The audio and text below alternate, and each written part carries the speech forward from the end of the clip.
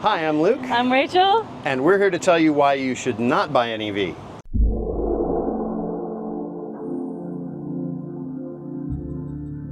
So no, we have not switched sides. We're very much still pro-electric vehicle. We still have our EVs. We still love our EVs. But it's come to our attention that there are a few use case scenarios where an electric vehicle might not be right for you. Why do the EVs work so well for us in our situation?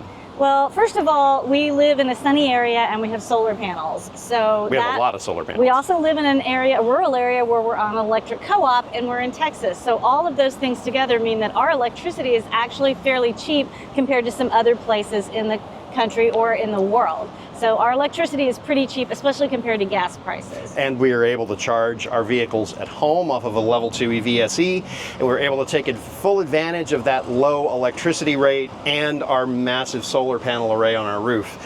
So it's a great use case scenario for us, and with us, we're able to charge 3 electric cars for daily driving and an electric motorcycle for occasional driving. And with the exception of 1 month out of the year, the solar panels take care of all of that for us.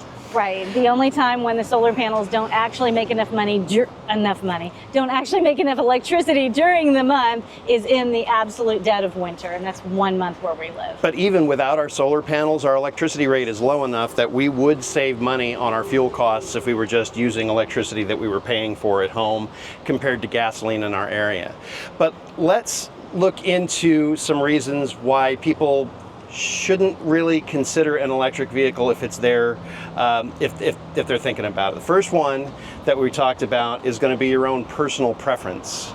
Yeah, so some people just like to have, there are a lot of things about gas-powered cars that they like. Maybe they like the sound, they like the feel of the engine, maybe they like to tinker with their cars, maybe they just like knowing that they understand how the car works and they could fix it if they had to. There are a lot of reasons why people might prefer that type of technology, for sure. Now I could say, sometimes people might actually prefer making their own oil changes, but in reality, there are a lot of people who get joy out of working on the engine of an internal combustion engine vehicle and doing that kind of tinkering on a car. An EV is going to take a different skill set. And then there's the noise. I personally like a quiet car, but there are many people who don't like quiet cars. They like to hear the exhaust, they like to hear the engine rev, they like to hear like the Harley that's going by, but an electric vehicle is really quiet. So your own personal preference might steer that away. Another one is going to be price and initial investment.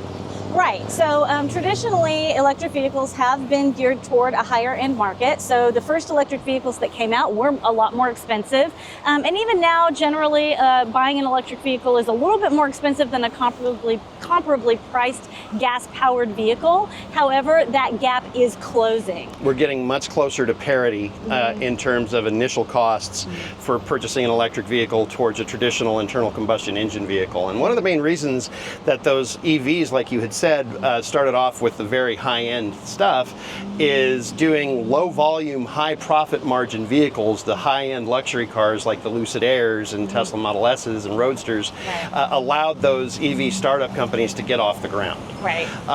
Now they're actually able to produce at scale. We'll hope that Slate with their truck, they're doing the opposite. They're wanting to get their company off the ground by producing at volume at a low cost. Right. So hopefully that will change. Ford's about to make an announcement on LFP batteries. GM is working on a way to get LFP batteries. That's going to bring their costs down as well. And there's a lot of sub $30,000 EV projects that are kind of in the works. So the price parity is coming, but it's a legitimate concern. But really, the number one reason why someone should probably not consider an electric vehicle all comes down to one thing, and that's what most of this video is going to be about, and that's going to be fueling it. It's going to be charging your car. Right. So what situations are going to make it so charging the car isn't going to be effective for that to be your daily driver?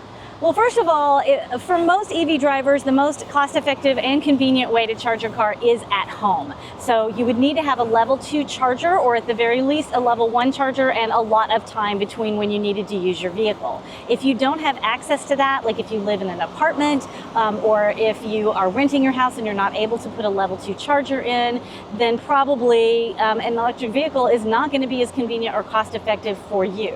Now, there are apartment buildings that have level 2 charging on site. There are rent houses where the landlord would either let you put in a level 2 EVSE, or they have a 240 volt outlet plug in the garage, but that's not going to be an everybody thing. We own our house, we can do whatever we want to it, so we did. But a lot of people are not going to be in that situation. Right. But what if you just wanted to charge off of public charging?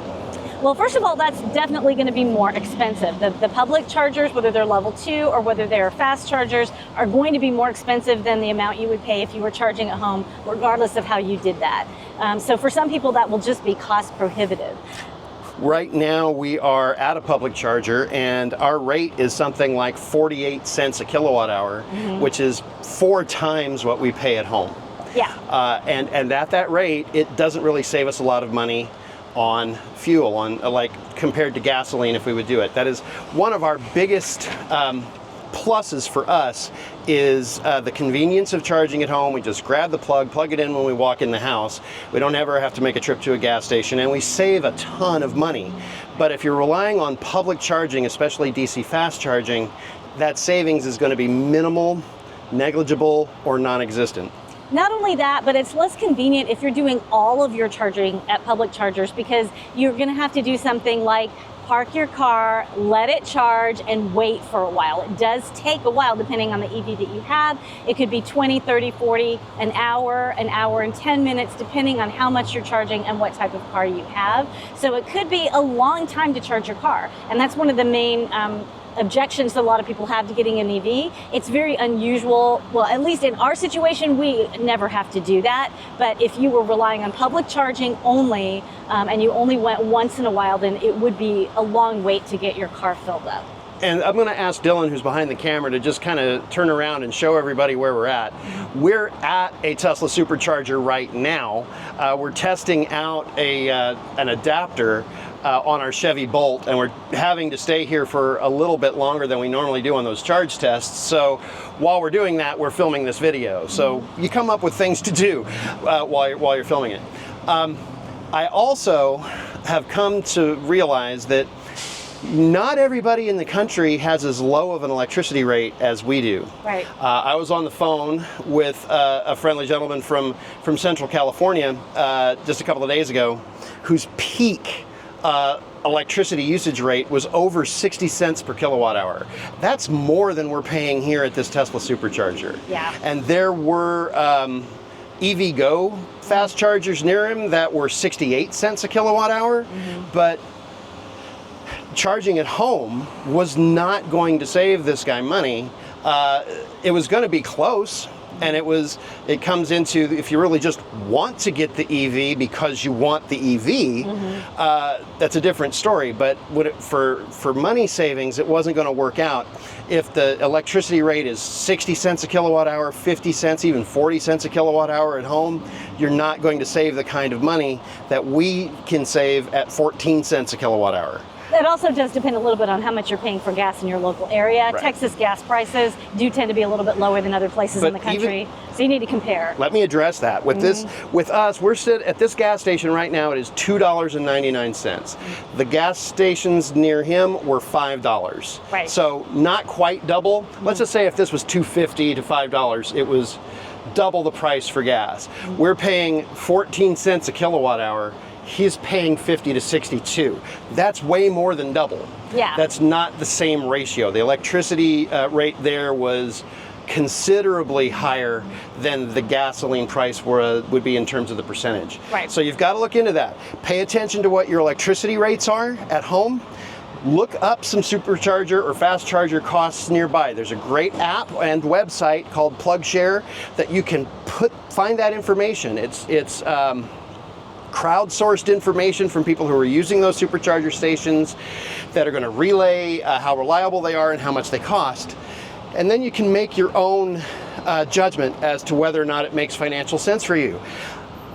EVs are great for us. They make sense for us. They save us a lot of money. They save us a lot of time. Yes, it takes longer to road trip them, but we road trip maybe 5 to 10% of our miles in a year. Right. The other 90 to 95%, we save time because we're not coming to a gas station. Right. So that brings me to another reason why some people may find that an electric vehicle is not the best choice for them. If you road trip a lot, and that is where you're going to be spending a large portion of your miles on the road, again, you're going to be comparing your supercharger or your fast charging costs to the price of fuel, not necessarily your home electricity rate, because obviously you're going to always pay more when you're on the road for fast charging. So that may not be appropriate for some people. Also, there's a few places, there are still some places where you really can't easily get, or you can't comfortably get, knowing that you can get fast chargers along the way. There are some places where there aren't a lot of fast chargers, and if you go into remote areas a lot and drive and need to be able to get there regularly and reliably, you may find that an electric vehicle is it's not as reliable to be able to find fuel for that vehicle. This is different.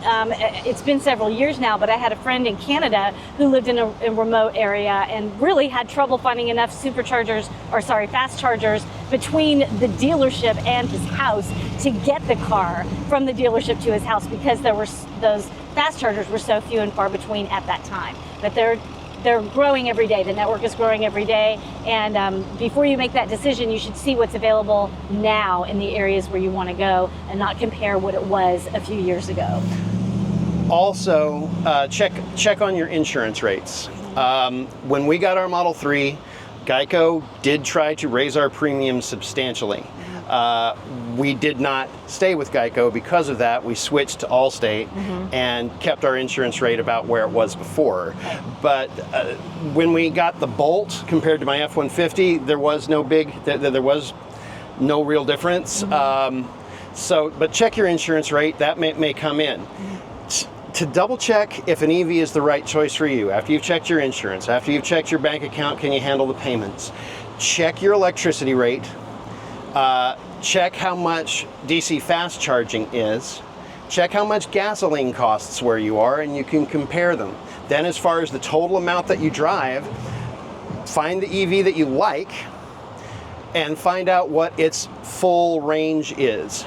It should be in the advertisement. If it's a new one, it'll be on the window sticker. You can definitely find that information online. But you take that number and divide it by 10.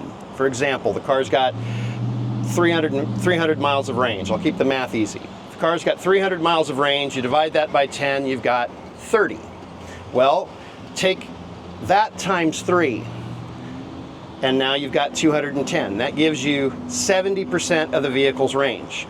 The reason why you want to look at 70% of the vehicle's range is most EVs it's better for their battery health if you don't regularly go below 10% state of charge or over 80% state of charge. You want to operate in that 10 to 80% range for most EVs, not all, but most. So you take 70% of your range. For that 300-mile range car, that's 210 miles. If you daily drive more than that number, the EV might not be the best idea for you. Yeah. And that's probably going to be the best way to break that down. That's a good way to think of it. But let's wrap this up by saying we still love our EVs. We are still EV advocates. This is still a very pro EV channel, but we're honest with you that we know these are not for everybody. Right. So, do you have any final thoughts that you want to add? Not at all. I mean, if you have any questions or concerns about EVs and you would like some answers from someone who pays a lot of attention, feel free to put them in the comments and we'll see what we can do to address them. Thanks for watching, everybody. Bye.